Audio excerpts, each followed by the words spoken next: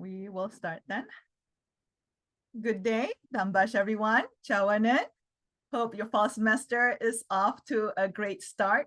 I'm Sharina Sharani, Outreach Coordinator at Zahra Institute, and I hope you're all as excited as I am to learn more about Kurdish music from Jon. But before we introduce him, I have a quick announcement to make about our next event. On September 17th, Dr. Mujahid Balichi will be presenting Malik Kurd on Kurdish sovereignty.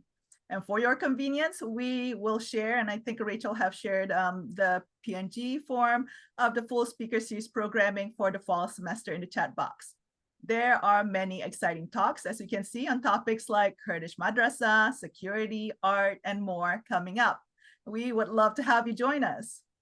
And to find out more about our events and academic programs, please visit our website at www.zahrainstitute.org. You can also follow Zahra Institute on social media such as Facebook, X, Instagram, and LinkedIn for updates.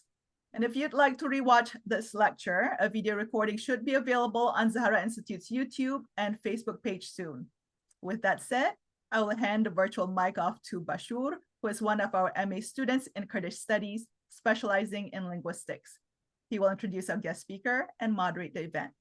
Thank you for joining us. Thank you, Shahrina. Good morning, everyone, and welcome. And thank you for joining us for today's webinar. Our webinar is called What's So Kurdish About Kurdish Music? Perspectives from Ethnomusicology. And it's my really great honor to introduce our speaker, Dr. Jon E. Bullock. Dr. Bullock is an assistant professor of ethnomusicology at the University of Notre Dame.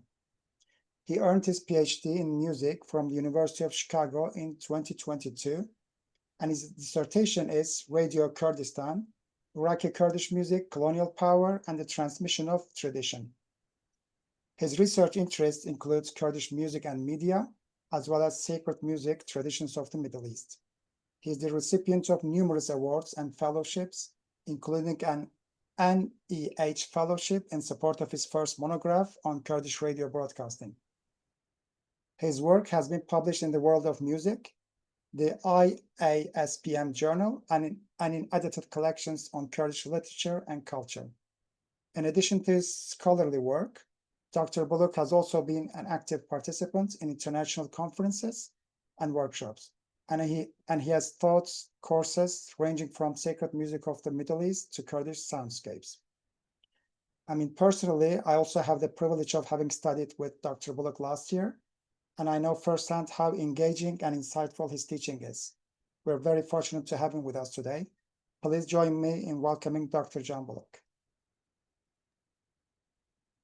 Thank you so much, Başur. Thank you to Zahra for inviting me to be a part of this incredible fall series. I'm really excited about some of the other talks, all of the other talks.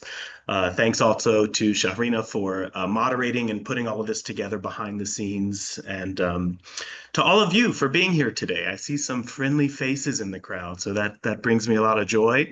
There are more ethnomusicologists here than I expected, so you all feel free to call me out if I get things wrong.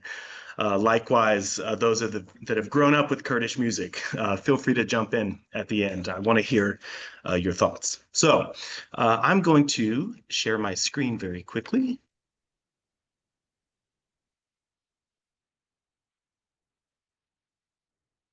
Okay, so it's often been said that the best research starts as a question or a series of questions. So I thought I would structure my talk today as a series of questions, again, in part because this is ongoing research in many ways for me. But you've seen, of course, that there's one question in the title, which is what's so Kurdish about Kurdish music? I'm actually going to save that question for last, and I'll start with a few other questions. We'll have 4 questions in total here. The first one, we'll jump right in. Is the song you're about to hear Kurdish? Just to give you a bit of context, the clip is one of a song called Bombale Toza Toza in Sorani. The singer's name is Bokan Helrami, and the performance was recorded by the channel Kurdsat for a show that was broadcast on New Year's Day, January 1st, 2021. So I'll play just about a minute or so of the song for you so that you have a bit of time to kind of process it orally. Again, always thinking, what is it about this song? If this song is Kurdish, what is it that makes it so? Okay, so one more time, is the song you've just heard Kurdish? I can see some of you on the screen here. How many of you say, yeah, that's a Kurdish song? Yeah. So obviously, the performers are Kurdish, right? We know this. We know that the song's lyrics are Kurdish. The channel that aired this performance, Kurdish. But to limit our attention to the song itself for just a minute, I want to say that I watched this. Actually, I just happened to catch this live stream live on January 1st, 2021. And unfortunately cut from the video, but as I saw in the actual live stream, before Bokan Haurami starts to sing, he actually traces a kind of genealogy for this song back in Kurdish history. So, and I think they did add this to the description or the comments of the video on YouTube, but he says that, I want to sort of trace the song back. This was made popular by Adnan Karim, who's a very popular singer in Sorani-speaking territory. And it was, in fact, covered on a 2015 album of his called Bade Gulreng Duem, the second. But then Haurami, in addition to tracing it back to Adnan Karim, he goes even a step further, back several more decades, and credits the song to Hasan Zirek. And I'm sorry, I'm not keeping up here. So you'll see on top the CD cover of Adnan Karim's album, and then on the bottom the Kurdish singer Hasan Zirek, who's said to have recorded as many as 1,000 songs during his lifetime. So very important figure in Kurdish music history. His figure is still very much the subject of ongoing research and debate. So back to the song. Where did Zirek hear it? Well, you may be surprised to learn that this is not a folk song. And in fact, it's not even that old as far as songs go. Its original composer was actually the Egyptian composer Zakaria Ahmed, who wrote it for the Egyptian superstar Kulthum, who performed it in a 1945 film called Salema. So the original title of the piece in Arabic is Ghanili Shwai Shwai. And I want you to be able to kind of make a little bit of an oral comparison for yourself. So I'll play about the same amount of time, about a minute of Kulthum's performance of Ghanili Shwai. So to my ears, these two versions do actually sound pretty different from one another, right? I mean, there's, on the one hand, Zirek's version of the song and then Karim's and Haurami's. It's essentially strophic. We have repeating verses, and you might even say that they've added on a kind of chorus or perhaps a B part. Neither of which is true of the version performed by Kulthum. We have that little repeating melody, but otherwise, Kulthum goes off in very different places. In part because she is ultimately using this melody as a chance to explore the piece's maqam Suznak, which is quite different than what Zirek is doing musically. So again, we could also talk about phrasing. Zirek kind of shifted the phrasing in a way that makes, I think, kind of an important difference orally. But again, beside all that, to come back to our original question, is Bombale Toza Toza, is it Kurdish, right? Knowing what we now know, right, who composed it and when and why, would we still say that it's a Kurdish song? I mean, is the fact that it was performed in Kurdish by a Kurdish singer who located the piece within a Kurdish music history, accompanied by Kurdish instrumentalists on a Kurdish channel, is all of that enough for us to move beyond the fact that the song was written by a modern Egyptian composer? If the answer is yes, if we say, you know what, it's a Kurdish song, regardless, then that means ultimately, I mean, this has huge implications. It means that a song's identity, its meaning, and its value are not determined solely by its origins. Well, that's an important point, so I'm going to say it again. If our answer is yes, this is a Kurdish song, then that ultimately means that this song and any song's identity, its meaning, and its value to the individuals who listen to it or perform it are not determined solely by its origins. Now, if, on the other hand, if you would come away saying, no, now I know who the composer is, no, that's not a Kurdish song, then even in that case, we have to ignore all those Kurdish aspects of it that I just laid out, right? Including the fact that Haurami himself sees this song through, again, a kind of genealogy tracing back through recent Kurdish music history. So by either standard, whether your answer is yes or no, we see how quickly this question itself becomes a quite complex one, right? It sounds like a simple question, but it's really quite complex. And it also illustrates the difficulties of trying to map national, ethnic, or other kinds of qualities that relate to identity onto music. Now, it's this complexity that I want us to sit with today as long as we're together. And I think it's important that we do so not just as a way of saying, you know, whether this music is Kurdish or not. That's a pretty low stakes question, right? But there are a lot of related questions that are really big ones, and they matter, and they come up frequently, such as, is there such a thing as Kurdish music? And this is a question that you know, people have asked not just from a cynical point of view either. So this is a question that comes up again and again. If so, what about it makes it Kurdish? Must all Kurdish music meet certain criteria? Is the diversity of Kurdish music, especially if you're thinking from one region to the next, is that diversity a bad thing? Is it holding it back? Does all Kurdish music share a single origin? So again, these questions are much deeper than what we might say about any one song.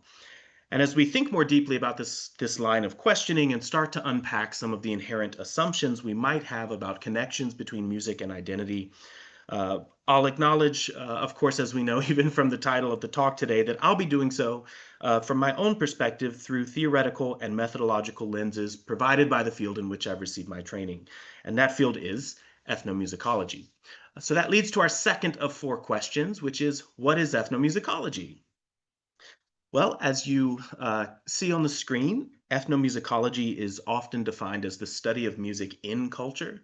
Some folks prefer to say the study of music as culture, or as the anthropology of music. This is a simplistic kind of definition that a lot of people are able to grasp onto pretty quickly. So the term itself, ethnomusicology, as far as we can tell, was first used in print in 1950 by the Dutch scholar Jaap Kunst. Prior to this time, the field was known as comparative musicology. And you'll want to keep a little bit of distinction between comparative musicology, which is this late 19th century field interested primarily in studying non-Western musics, and historical musicology, which was more interested in analyzing works from the Western classical tradition. These assumptions or these distinctions are not so strong nowadays, which I think is a good thing, but certainly in the 19th century, these were perhaps a little more salient. So because coming as it did in the late 19th century and spilling over into the early 20th, we have to acknowledge, of course, that this was ultimately dependent, the rise of comparative musicology was dependent in one sense on the birth of new sound technologies like recording, which allowed scholars for the first time to encounter musics from other parts of the world that they may never have visited otherwise. Because these recordings are being made, they can access the music. It's also coinciding with, of course, the interest of colonial powers at the time in documenting and cataloging the various forms of cultural expression among those peoples they had colonized. So in this sense, a lot of these early researchers didn't just have recordings, but they also may have had instruments that had been brought in from different parts of the empire, etc. So this also means that a lot of those early comparative musicologists weren't necessarily conducting field work for themselves like we would expect, perhaps, of ethnomusicologists today. So instead, they were conducting what we call armchair research, right? They weren't actually going to the field to study the music in its cultural context. Now, practically speaking, this means that comparative musicologists tended to treat music, especially again in this earlier period, as did their historical musicologist colleagues, as a series of artifacts or objects to be dissected, diagrammed, and discussed, right? So you can take a song and listen to it on a record, you can make a transcription, you can do some kinds of musical analysis without having any idea about the cultural context from which it came, right? So the resulting analyses in some ways tended to kind of set up comparisons that tended to establish a series of hierarchies. And there's an ethnomusicologist named Helen Myers who's written about this if you're interested. But ultimately what happened is that many of the musics that were being documented by those early comparative musicologists started being sort of compared with the way things work, quote unquote, in the Western classical tradition, which admittedly many at that time saw as the most evolved or civilized music on the world scene. Now, thankfully, not all of the comparative musicologists thought this way or felt this way. Some, in fact, used the process of comparison, especially between Western and non-Western musics, to show that even the most primitive musics worldwide were characterized by internally coherent structures of melodic organization, form, et cetera, et cetera. So even more importantly, as the scholars in those early periods started to work together, many of them came from the fields of either anthropology or musicology. And so the benefit, especially of teaming up with those early anthropologists, was that ultimately music's cultural context became increasingly essential to the scholarly identity of the field. So much so that by the 20th century, ethnomusicologist Bruno Nettel had distilled the essence of ethnomusicology into essentially 5 parts. So according to Nettel, and you'll see these on the screen, ethnomusicology first, again, here's that definition, is the study of music in culture, which I believe comes from Alan Merriam. Second, uses a comparative and egalitarian perspective. So we see the echoes of those early days of comparison, but also with the modern day preventative, right, of tagging that together with an egalitarian perspective that doesn't seek to say this music is more advanced, this music has more value than any other. Number 3, it's studied with the use of field work. So again, here's one of the influences of anthropology. Number 4 is the study of all the musical manifestations of a society. So we're not just interested in looking at the high art or the classical traditions, but whatever music people are making wherever there are people. And then number 5, the sort of practical thrust, ethnomusicology is aimed at helping the world's musicians and peoples. So we see here, even just in this brief overview, which no doubt is probably reductive a bit, but at any rate, this helps us to see some of the ways the field of ethnomusicology has certainly shifted over the years in its priorities, its methodologies. And ultimately, I think that the work that ethnomusicologists and other scholars of music more broadly, some stay within anthropology, for example, have made a series of important discoveries or arguments that I think have a direct bearing on our talk today. So I want to give some of these as a series of propositions that, again, will help to kind of lay the groundwork for how we're thinking about not just the Kurdish in What's So Kurdish About Music, but even music itself. So first of all, the first proposition is that music is universal among humankind, though it's not necessarily a universal language, right? We hear this all the time. Music is a universal language. Well, we do find music everywhere we find humans. In that sense, yes, music is universal among humankind. But if you think about, if you continue this analogy of language, not all musical dialects, of course, are mutually intelligible. This is in part because the inscribing of meaning to musical utterances, say, for example, the reason you feel something when you hear a certain piece, those are determined by your cultural frames of reference and also your own experiences. So in that sense, worldwide musical dialects are not necessarily mutually intelligible, right? So we would expect a great bit of diversity. Number 2, on a related note, the number of traits common to all the world's musics is actually remarkably small. There's not a whole lot of things that are kind of universal in the way people think about, right, organize, experience music.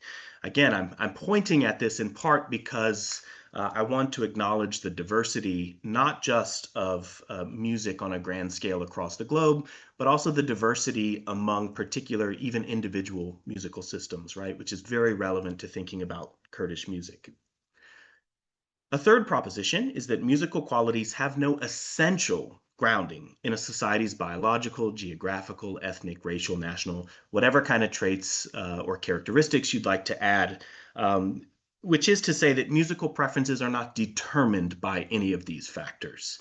So there are certainly ways we could say that with geography, for example, if we're looking at a society that's in a certain part of the world and doesn't have contact with other societies, then of course we would expect that their geography would dictate what physical materials are available for instruments, right? So that's one kind of application.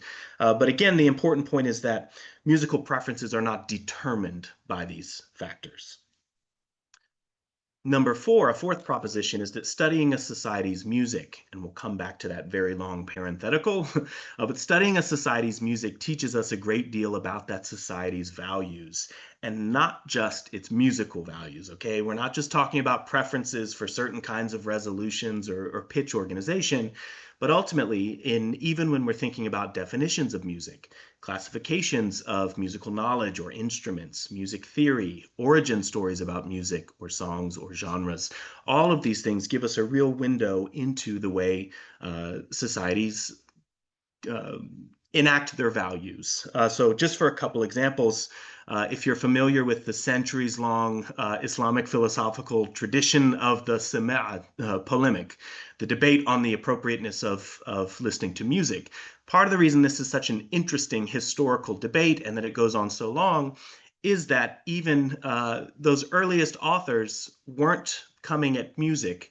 with the same understanding that we are today, right? So in the Western world, music has become so expansive that anything can be music. A sound we like can be music, right?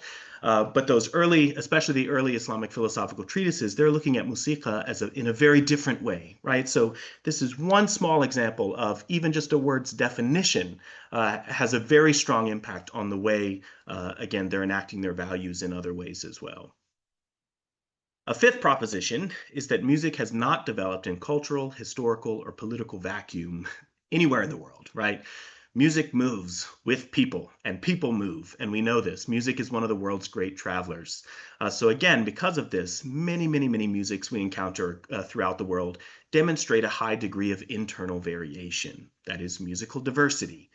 Now, it's up to that society, by and large, to decide when diversity has crossed the line to become something else altogether, right? That's a different question. But at any rate, we see traces of musical exchange and encounter everywhere we see music. Sixth proposition is that music's meaning, music's value, music's function, again, as we've seen with even the example here, Bombole Toza Toza, it's not always tied to its origins or even to particular musical characteristics. The same musical object can thus be interpreted in markedly different ways from one time and place to another, right? So one of my favorite examples of this, I was working with a student here at Notre Dame recently who was working with a text from 1815 written by an Jewish English composer named Isaac Nathan.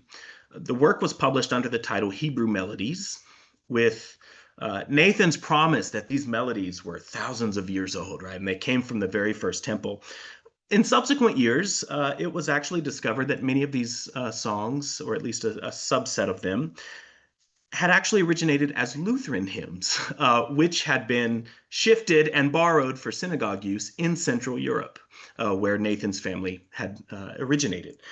So that doesn't mean, of course, that these songs were any less meaningful in those synagogues, in those ritual settings, right? It just means they came from somewhere else originally, but that doesn't necessarily have an immediate effect on its value.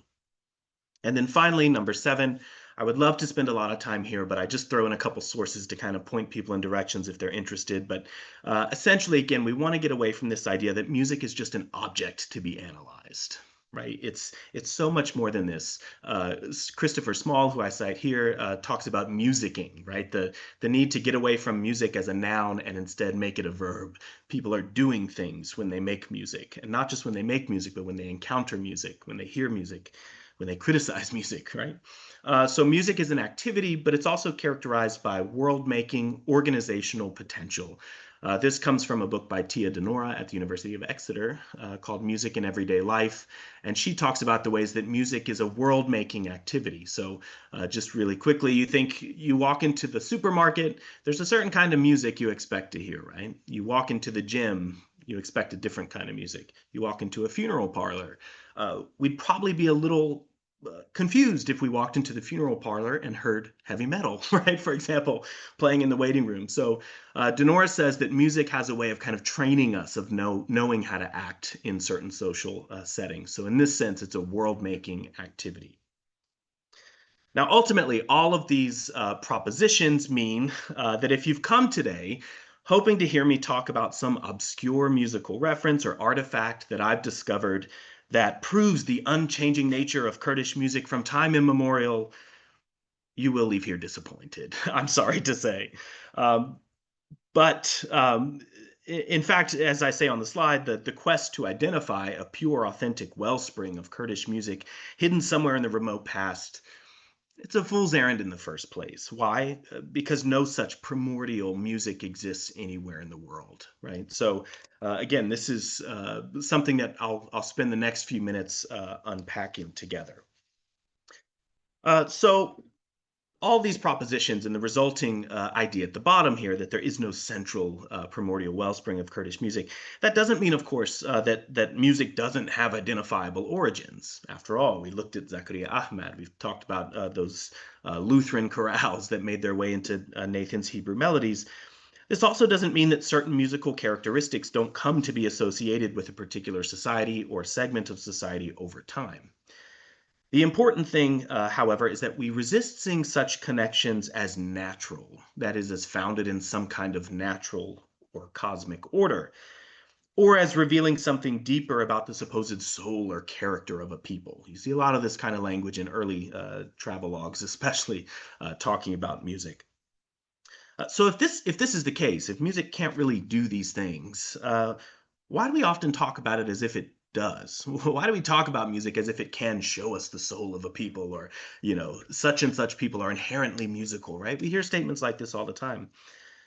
Well, I think part of the answer has to do with the ways the political philosophy of nationalism has developed, starting with its development in Europe over the last several centuries. So I want to cite a sociologist here, Değirmenci, who has written about the fate of Kurdish music in the first few decades of the founding of the Turkish Republic.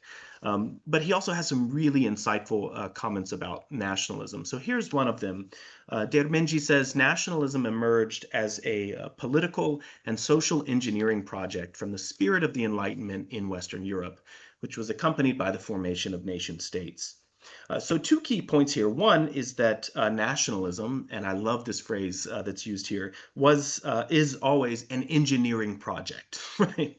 So again, it's not the logical or the quote unquote natural outcome of shared characteristics. It's an engineering project. And number two, that nationalism has been inseparable from the related concept of the nation state, as Değirmenci mentions here. Now, the second point is important because it brings power into the equation, right? As we ask, for example, who has the authority to decide which cultural traits are considered essential? Excuse me, which deviations from those patterns are considered harmful or threatening to the state?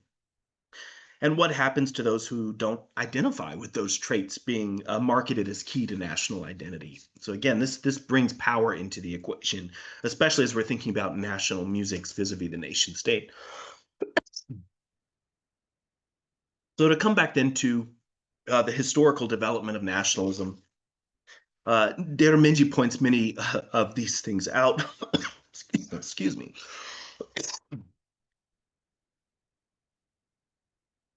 But during the period generally called the Enlightenment, so we're thinking roughly the 18th century, and especially at the end of the 18th century after the beginning of the Industrial Revolution, local culture, and you'll note here the word folk, this is folk as in folk song, folklore, folk culture.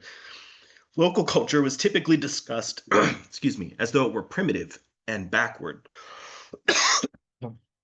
In other words, a hindrance to the advancement of broader society.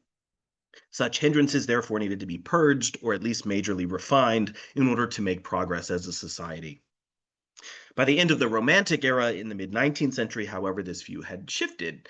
So by this point, the folk were suddenly valorized as the truest, most authentic wellsprings of national culture, with the folk themselves coming to stand in for the nation as a whole.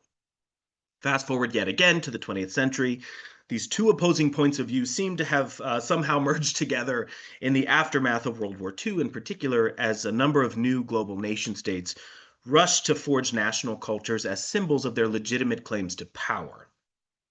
Now, as Değirmenci notes, ultimately, this process in modern Turkey after 1923 resulted in the general erasure of Kurdish culture from the Turkish public sphere.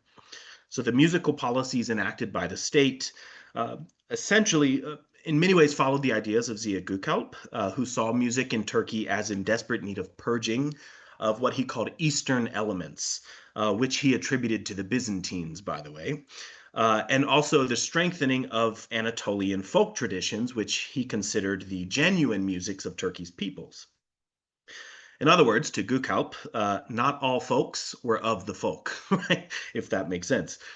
So thanks to his policies, Ottoman after the founding of the Republic in 1923, Ottoman musical institutions were closed, including those, interestingly enough, that had been teaching Western music, which Gökalp called the music of civilization. Monophonic music education was banned, so no musical systems that don't embrace harmony. Art music was banned from the radio from 1934 to 1936, and as many of you probably know well, folk songs, including Kurdish folk songs, were collected and transformed into artifacts of Turkish national culture, right? So this shows us an example within the sphere of Kurdish music of what tends to happen when we think about the nationalization of musical culture. And the takeaway in this case, and I think many others across the globe, is that national musics are, of course, by necessity, exclusionary, insofar as they promote a singular version of cultural purity and representation, without consideration for all the various ways that music is meaningful among local communities without recourse to one specific cultural standard. So, by this point, admittedly, I've talked quite a bit about what Kurdish music is not. Right? It's not a primordial wellspring of culture. It's not central to the Kurdish character and experience in all the problematic ways that figures like Gökalp embraced. But in our remaining time together, I do want to shift to a more positive tone and talk about what Kurdish music is then. If it's not all these things, what is it? And what can it tell us about Kurdish history, societies, and culture? So for this, I turn toward my third question, which is this.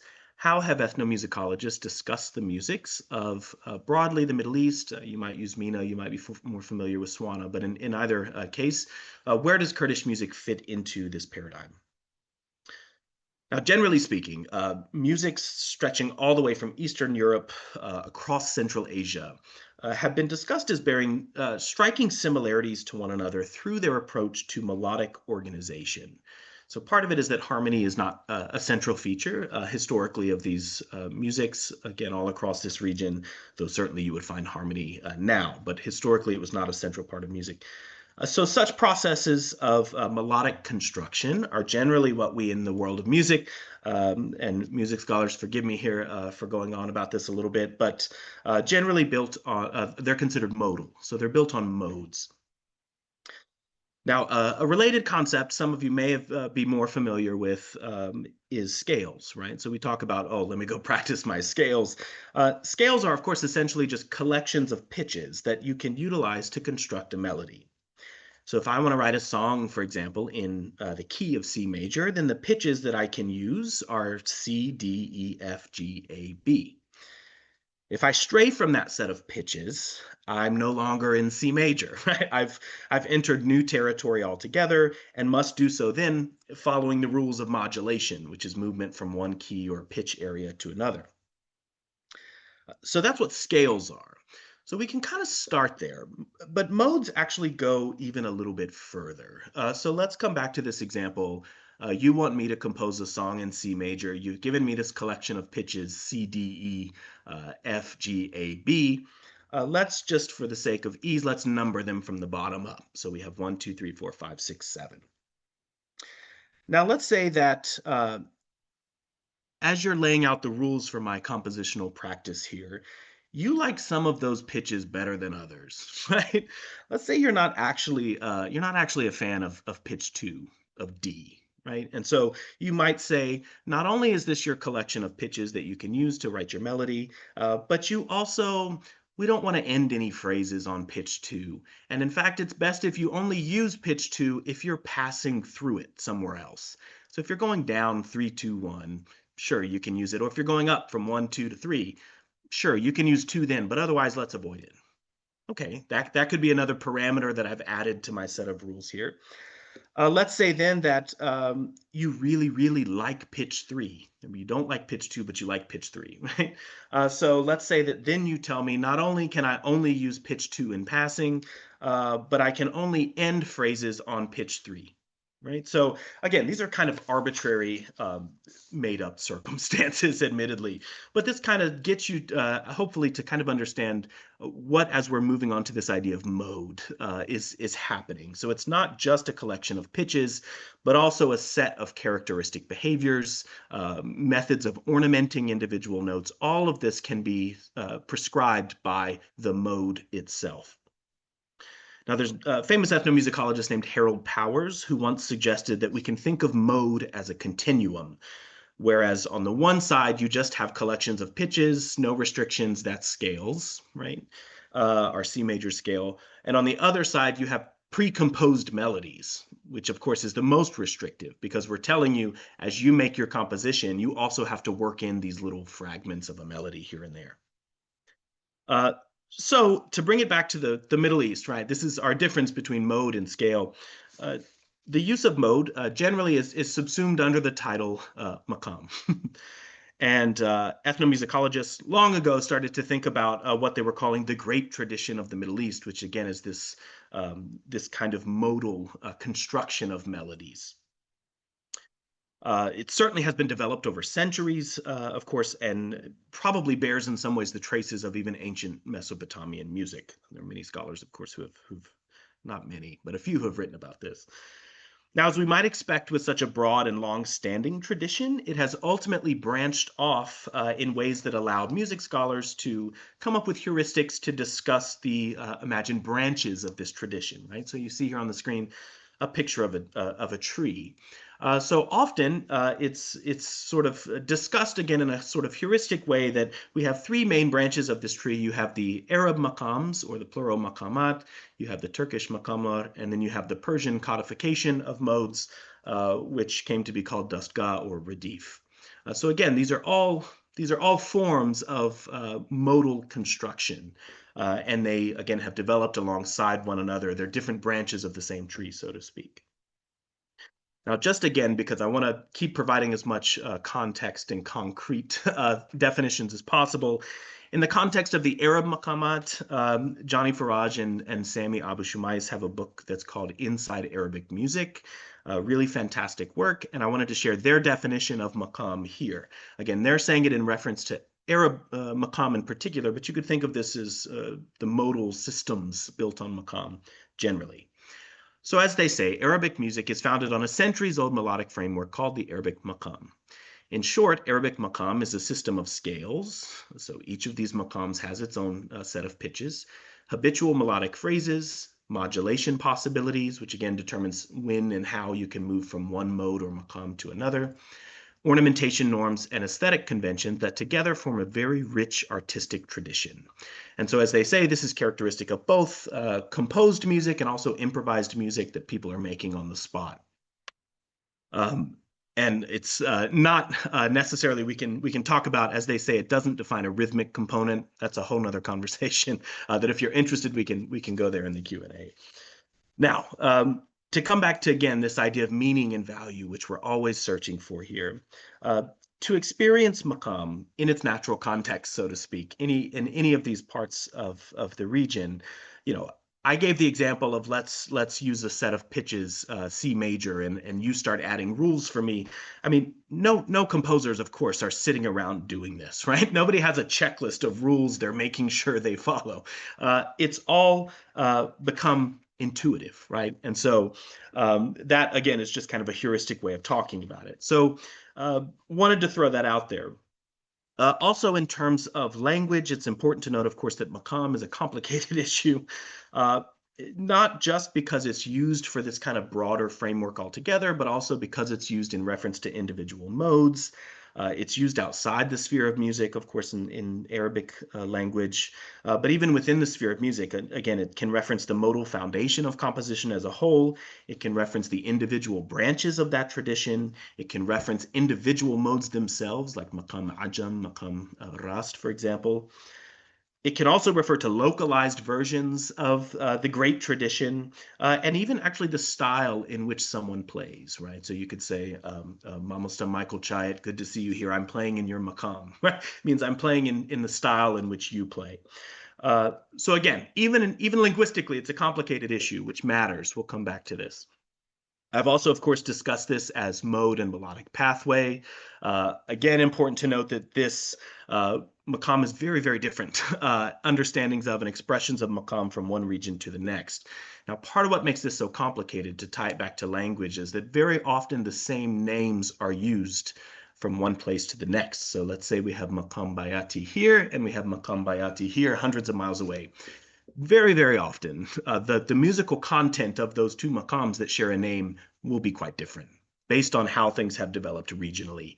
So again, this adds yet another layer of complexity to this modal framework.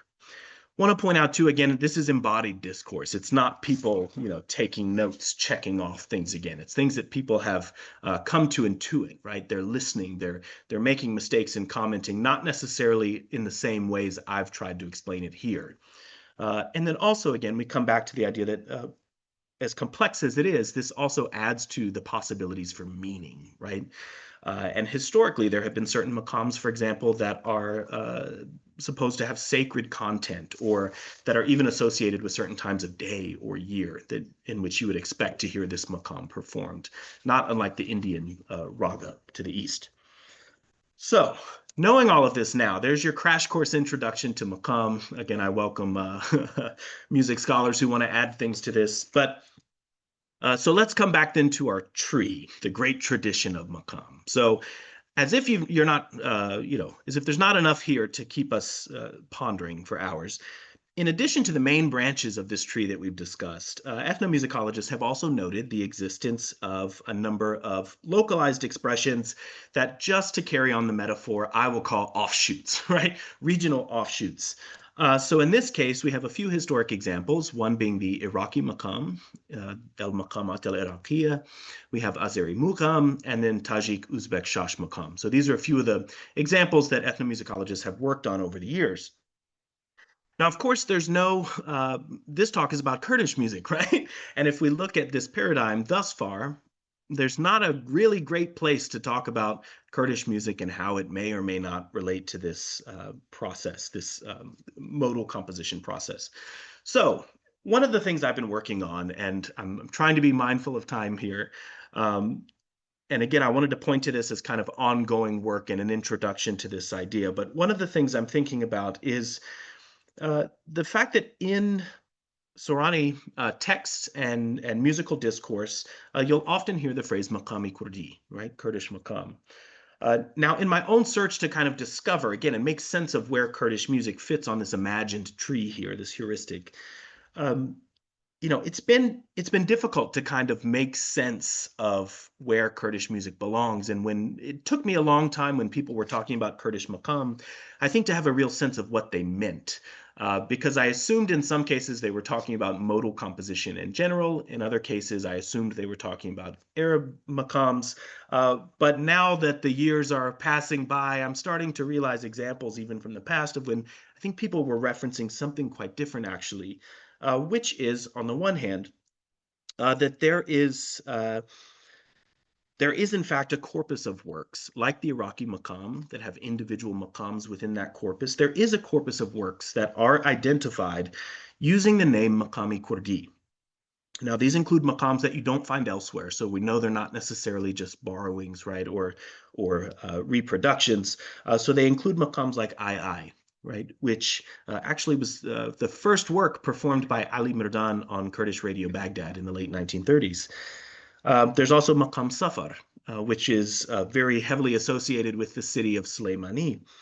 There's Maqam Qatar, which you will find that name in other instances of maqam, so that one's a bit confusing. But in the context of Maqami Kurdi, this generally is associated with the region of Germian, so this region.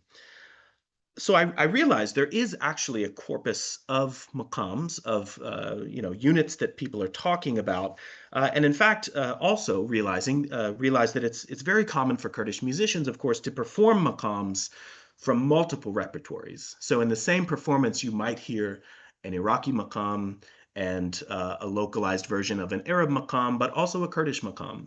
And so you'll hear all these things mixed up. And I've never heard a performer stop and say, now I'm going to shift to this understanding of maqam, right? So it gets all mixed up in practice. Now, so all of this, making this discovery about this corpus of works called Kurdish Maqam, essentially sent me back to the ethnomusicological literature on the one hand to see if folks had talked about, how do I situate Kurdish music on this tree? Well, one reference I've found that I think is really useful in this regard comes from the work of Henry George Farmer. There was a 1929 work of his called A History of Arabian Music to the 13th Century. And Farmer actually cites the 9th or 10th century epistle on music from the so-called Brethren of Purity, the Ikhwan Safa. And you'll see the quote here on your screen. It says, consider each nation and the melodies and the modes or notes. Naghma is another term which we won't get to, but which they enjoy and are pleased with. So for examples of these nations, the Dilamites, the Turks, the Arabs, the Kurds, the Armenians, the Ethiopians, Persians, Byzantines, and other nations who differ in language, nature, morals, and customs. Now, on the one hand, this is really interesting historical fact because I think it is interesting to think about what could possibly have been meant by calling the Kurds a nation in the 9th or 10th century. So I think there's much to say there. But unfortunately, again, I'm trying to be mindful of your time, so I'll move on from here for now. We can come back to it in the Q&A. So I find this work in Farmer. Now I say, okay, well, I'm starting to realize that, a lot of the musicians I'm working with also perform or are familiar with or value Iraqi maqams. So let me go to the literature on Iraqi maqam and see what I can find. What I found actually in a lot of ways is kind of a representation of this this tripartite division, right, of Arab, Turkish, and Persian iterations. And so here's a quote here. I won't take the time to go over.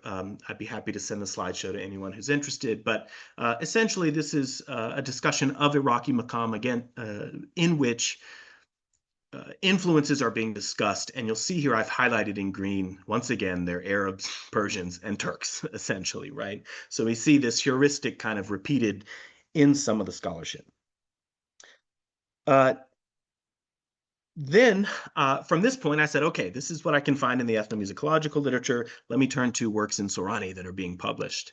And so two I wanted to show you here that have been really influential in helping me to think through this issue of Maqami Kurdi are Mahmoud Zamdar's Darwaze Yekbo Awazu Gorani Kurdi, which came out in 1980, and Berzan Yassin's Lanao Musiki Kurdida, which I think was published in 2017 or 18.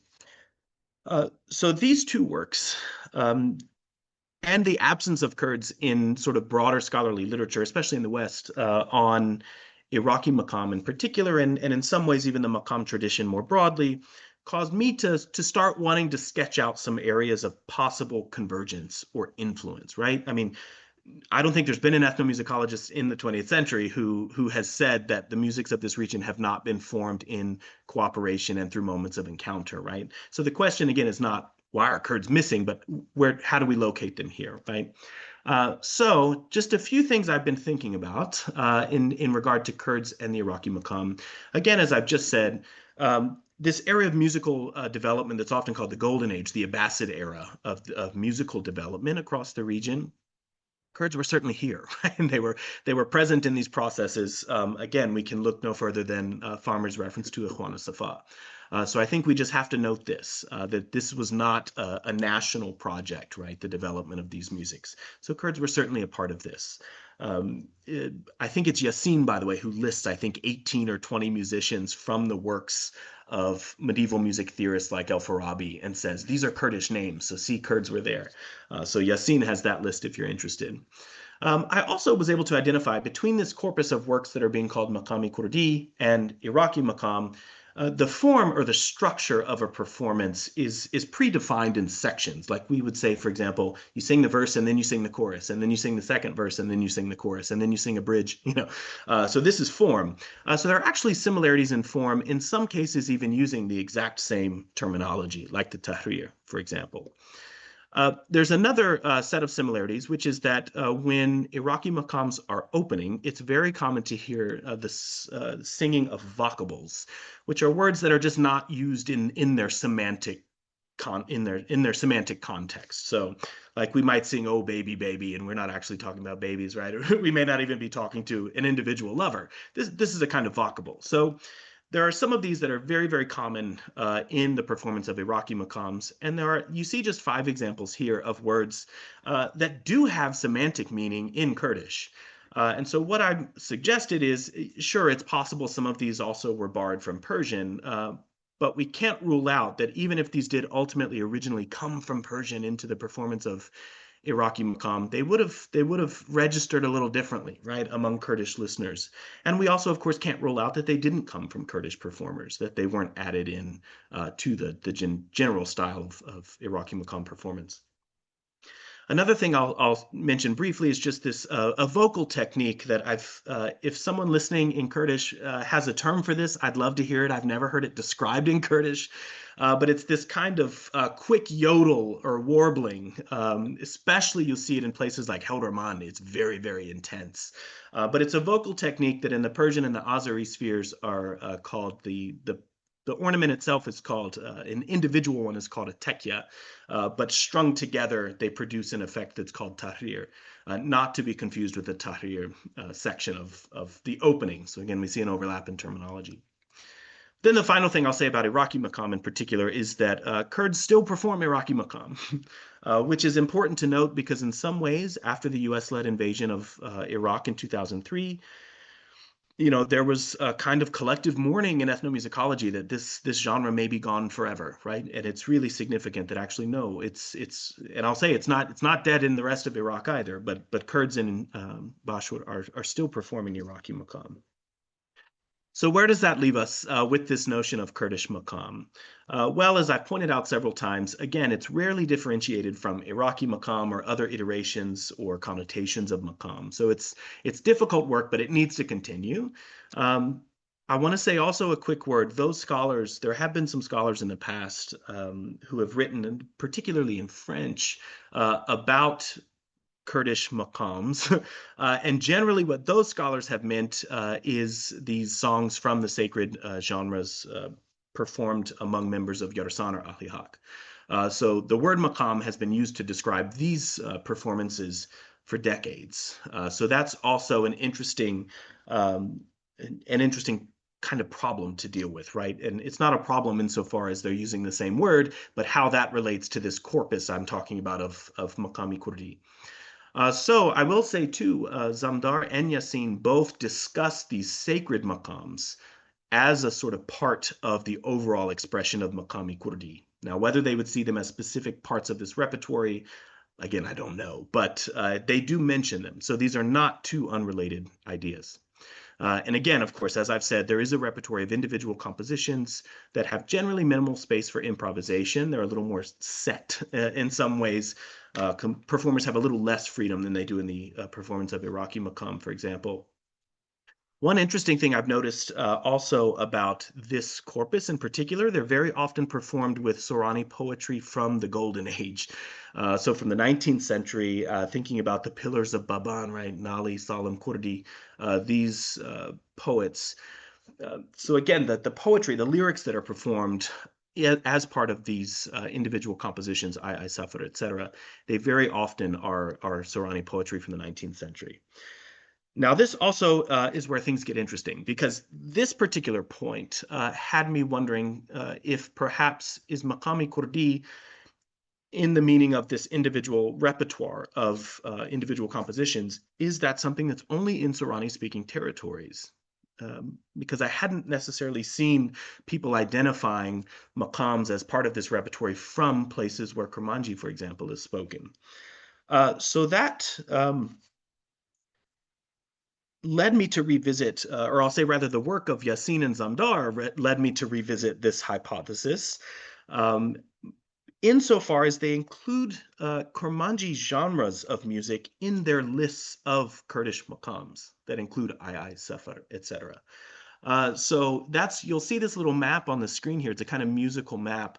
I'm sorry to say the colors are not very clear to distinguish between them. They're not in the printed version either. So you're not missing anything that I have special access to. But if you can see, he marks out many genres of Kurdish music. So you see Lawak, you see Hayranok, Hayran, down second from the bottom, Hora. And he marks out the different parts of Kurdistan where these genres are most often performed. And again, it's interesting that they include these genres in their list of Kurdish maqams, which otherwise in cases seem as if they're just individual compositions, like I Safar, etc. So according to Yassin, and I think Zamdar actually would agree, genres like Lawak, they seem to be suggesting that these genres may have actually started their lives, so to speak, as individual maqams that morphed over time into something closer to a genre, right? Which still bears the marks in some ways of their original modal prescriptions. Now, this is not something I know enough at the moment to say, yes, I wholeheartedly agree, or no, I wholeheartedly disagree. This actually is going to be an area I want to personally think a lot more about moving forward and do the work to see if analysis can shed some light on this issue. So you'll see here again, there are those who suggest that Kurdish maqam is a potential factor in the broader development of Kurdish music as a whole. So with that being said, I just want to come back to my final question, right? And in some ways, the question we started with, what's so Kurdish about Kurdish music? And I'll just offer a few observations based on what I've said today, and then I'll be done, I promise. Okay, so number one, Kurdish music is a direct reflection of Kurdish histories, experiences, and encounters, right? It sort of bears within itself the marks of these experiences. So in that way, right off the bat, yes, there's such a thing as Kurdish music, right? No matter where it came from. Second point, Kurdish music's diversity is a testament to this and should therefore be celebrated, not downplayed or erased. I've been very open with the fact, again, that musicians sometimes come to me and say, we really need to standardize Kurdish music. Personally, I think that's a big mistake. I think the diversity of Kurdish music is a beautiful thing and a beautiful testament to its staying power, right? And music's capacity to mean in different ways. Number three, Kurdish music can still teach us a great deal about Kurdish values and perspectives in all those areas and all those ways I've mentioned. Next, Kurds were recognized as having a unique musical culture as early as the 9th or 10th century. Again, we see this quote from the Ikhwan al-Safa. Subsequently, they no doubt took part in processes of musical exchange that went on to shape all the musical traditions of the region. Next, Kurds have taken part in shaping, preserving, and performing a wide array of regional traditions, including those, I can't read my writing here, not just those originating in Kurdish society. So again, there's a long, proud legacy, or at least there should be, of Kurdish musicians working in all these different regional forms of music making. Next, even music originating among other peoples or societies has and can become a part of the Kurdish tradition, insofar as performers and listeners refashion such materials in ways meaningful to them and their communities. Over time, such alterations, like we saw with Bombale Toza Toza, have accrued or can accrue additional layers of meaning and value, which of course only increases when we start to trace it back, right, in a meaningful way. Last thing I'll say is that maqam in Kurdish music, maqami Kurdi, is an area that has admittedly yet to be fully explored. But among Kurdish scholars, again, especially including Yassin and Zamdar that I've mentioned, it's being utilized as a tool for connecting to broader regional and or historical traditions, unifying various Kurdish communities. We might think of this through the lens of the Yarsan, non-Yarsan communities being united sort of by an affinity for Kurdish maqams. And perhaps even providing a framework for understanding music making in all of Kurdistan. So I thank you so much for your attention. Thanks again to everyone, to Zahra for having me, to Başur for moderating. I'll turn things back over to you. Thank you very much, Dr. Bullock. It was a fascinating presentation. And now, with that said, let's open the floor for questions. You can type it in the chat box, or you can raise your hands and ask the question.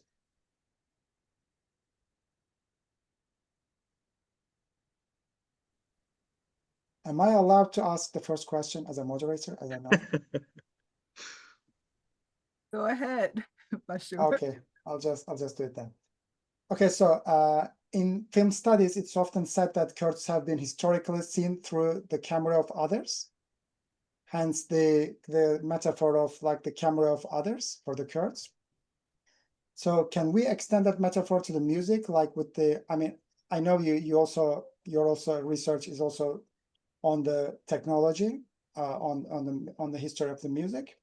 So can we just extend that one to like the gramophone and radio, where the Kurds were often recorded by others, or their songs or their music are recorded and played by others? What do you think about that? Thank you.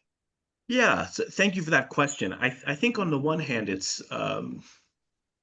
this comes up really quickly when you start talking about historical work among the Kurds in any way, right? We don't have enough historical sources from the perspective of those being written about. And I've actually just been working on an article about representations of Kurdish musical practice in the works of in this particular project, in the works of 19th century Claudius James Rich, who was a British traveler and colonial official who journeyed through Kurdistan in 1820 and talked about music a fair amount. So yes, I think that that's something we have to acknowledge. I think the challenge maybe is figuring out ways to keep doing the work without letting that stop us, right? We can't wait until the time is ideal. We can't wait until the circumstances are ideal. And so I think we do what we can. With that being said, I also think this is why, if I could just make a plug, this is why I think ethnography also is so important, because there's also, there's a lot that's still alive in Kurdish cultural memory and that people still talk about and think about fondly. And if scholars aren't willing to get out beyond just the armchair research kinds of projects, then I think this is a perspective that we'll be missing. Okay, thank you. So we have several questions in the chat. The first one is Michael Chiet. Yes, sorry if I pronounced the one. Okay, the question is there a relationship between Ottoman Kurdi makam and Makami Kurdi? If so, what is it? Yes, thank you for mentioning this. So this is something I'm laughing because I had a note to make sure I addressed this and I didn't. So sort of spots Mamusta. There are maqams in all of these, I think in just about every single one of these branches of the tradition called Kurd. And so how exactly, I mean, we know generally speaking that a lot of the names that are used don't necessarily, they don't indicate origin, right? So here's an example, Maqam Urfa. Most scholars will say Maqam Urfa is not from Urfa. And so it's possible that in various iterations, this is what's happened. I haven't studied all the iterations of how Makam Kurdi, or in the Turkish parlance. I had a Turkish scholar tell me not long ago, no, we have Makami Kurdi, and I was like, no, I'm not talking about that. I'm talking about something different. So what exactly those relationships are, I don't know, because we'd have to go into every iteration of Makam Kurd. But yeah, it is interesting that it's in the name there, and like I said, I can't tell you exactly in each tradition where that came from. Okay, thank you. And the next one is from Robert. Could you comment on differences between urban and rural Kurdish music history, especially regarding the development of maqam? Yes, thank you so much, Robert. Thanks for being here. Robert's done some really useful work on recording in Kurdistan, so I wanted to point that out. Yes, I think the difference between urban and rural music practices is huge. So one thing, I think about this a lot in regard to the book project that I'm working on. We often talk about radio as if it just kind of brings people together, right? It's all this really feel-good stuff. But actually, in a lot of ways, radio can entrench differences that we already imagine, right? So this is not a book project where I'm saying all this disparate Kurdish radio brought Kurds together into this, happy-go-lucky nation, right? Of course not. So one really powerful example of this is Margaret Khan's Children of the Jinn. Really seminal work in lots of ways. But Margaret Khan mentions that when she was researching in Urmia in the late 70s, there was a Kurdish radio station in Urmia where she studied Kurmanji. And she says that when she would visit the villages, the villagers would listen to the music being broadcast over the radio from Urmia, nominally Kurdish music, and say, this isn't Kurdish music, that's Assyrian music. And she said that to her, actually, I can't remember if she says this explicitly in the book or not, but I kind of read this as a kind of urban-rural divide, right? Because it's people outside of urban settings that are saying what we're hearing is not that's not what we have. That's not our wellspring of Kurdish culture, right? I encounter this also, by the way, in Slemani all the time. Musicians, non-musicians, people tell me, you have to remember that Slemani is a new city. It was only founded in the 18th century.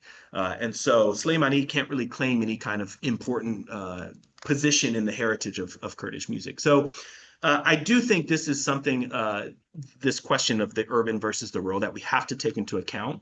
And I would even add that there are certain regions, where, Martin Grev has this article that came out recently that's asking really powerfully about a specific region of Bakur. Can we say there's Kurdish music here? So again, I don't want to downplay these differences.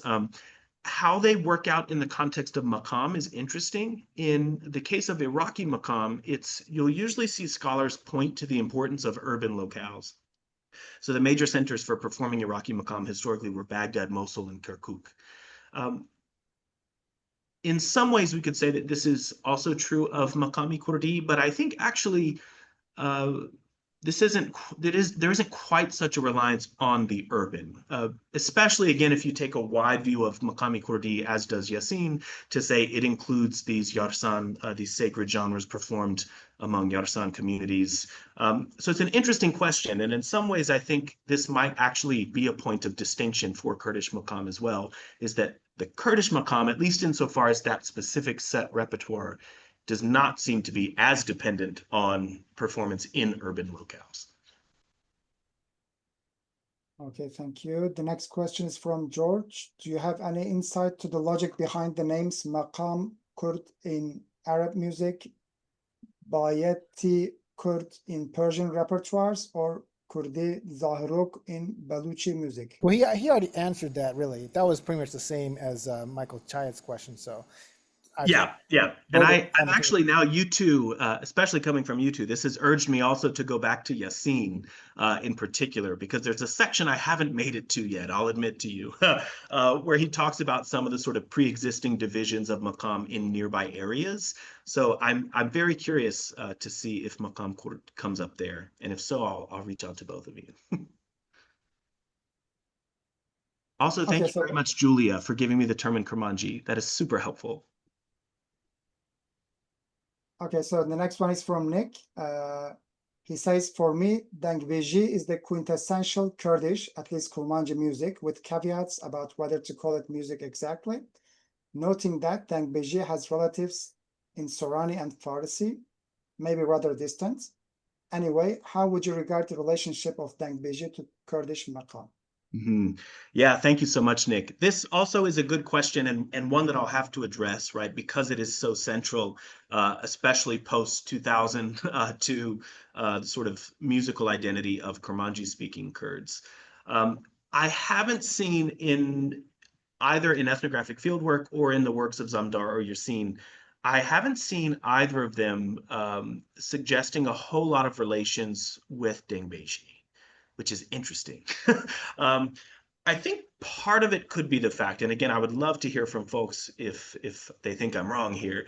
I think part of the fact is that, at least among the musicians I've been conducting ethnographic fieldwork among, they're not in the Sorani-speaking territories, they're not even super interested always in talking about what kind of a performance something is. So it's less likely to see something kind of culturally bookmarked as Dengbeji, is what I'm trying to say. And so I don't know if that's affecting the ways Yasin and Zamdar are thinking about Dengbeji. Maybe they're not thinking about Dengbeji. I would suggest, I think one of the interesting projects moving forward would be to think about the sort of melodic formulae characteristic of Dengbeji in a certain time or place. I might try and trace kind of backwards from that to see if there are any parallels with Lauk, for example, or Paizok. But again, that's the kind of work, admittedly, I have not yet embarked on. Okay, thank you. The last one in the chat is from Cheto. There is a Kurdilim Hijaz Makam in Turkish. How do you think it's related to Kurdish Makam? Yeah, I will say here as well, I'm not sure. Whether, again, these have specific references, if these are, in all these various traditions, maqams with Kurd in the name, whether that's because they came, again, from a name, from a place, from a person who performed it, we just at least I don't have all that information accessible at the top of my head. I do agree that it's you know, well, I'll say it this way. I was giving a talk once at the Kurdistan Institute for Strategic Studies and Scientific Research, which is in Sîsî. And I gave a talk about Kurdish music, and someone at the end said, "Why do you have to, why do you have to try and prove Kurdish music? There's Makam Kurd. That's enough." You know, I don't. I wish that were true. I don't think that's necessarily true because again, we can't assume where some of these names came from. But again, is there a possibility that this was somehow a lingering effect of Kurdish influence on the broader formation of Makam, capital M? It's possible. Okay, I think we have more questions. Could calling music Kurdi be an urban perception of rural music? Sorry. Yes, I think again, especially I think depending on which region and time and place you're talking about, absolutely. This was also, by the way, partly why I was so surprised to see reference to Kurds in Ikhwan Safa as a listed among a group of nations, right? That's the word that they use, which is not usually the way we're told people thought of the term Kurd, Akrad, in that time period. So again, yes, it's possible, but I think there's definitely more work to be done. Okay, we have a comment from George. In northern Kurdistan, it's common to say that melodic aspects of Dangbej repertoires have been adapted by instrumentalists as maqams and fixed to drumming patterns to form the basis for festive dances. Thanks for that, George. I also, you and I, we can do it now, or we can do it later. I'd love to chat more at some point too about understandings even linguistically of the word maqam in Bakur versus Başur. But yeah, thank you. Okay, wonderful. Any more questions? Mosta, Mujahid, Biliji, maybe? Yeah, I have a quick question. All these Kurdi maqams outside, like within Turkish, Persian, and so on, they might be an artifact of reception rather than production, meaning those specific cultures, they attribute a certain style to Kurdishness, and therefore they call it Kurdi. It will be interesting actually to compare them if there's any commonality among them. That will be one way of kind of checking if they are really referring to the, you know, similar patterns or not. And so, but this is a very interesting question. I think you cannot avoid, you know, you have to answer the question whether this has anything to do with, you know, Kurdili Hijazkar or not. Otherwise, people will be writing, you know, reading your book. So Yes. Thank you for the excellent presentation, my friend. Thank you so much. And thank you for this point too, which is a really good one that has added yet another potential reason names were given, right? And names stuck.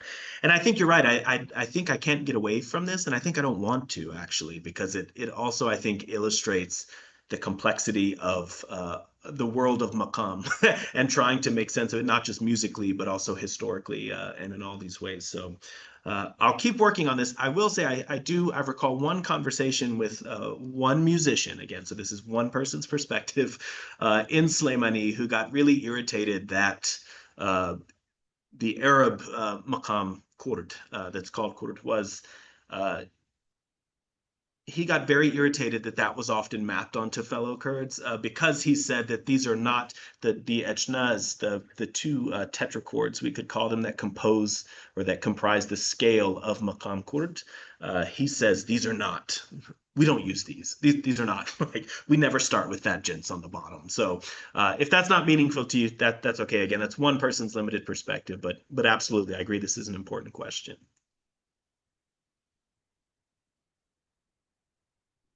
Okay, any more questions? I think that's all. Okay, Dr. Bullock, thank you very much for this great presentation and answering all the great questions from our audience. And our audience, thank you very much for joining us. The recording will be available online soon. Sharin, I think you want to say something, sorry. All right, so Zorspas, Jon, Başur, if you'd like to rewatch a lecture, a video recording of this lecture should be available on Zahra Institute's YouTube and Facebook page soon. Thank you all for your support and attendance. We hope to see you at our next event. Bye. Thanks, everyone. Bye-bye.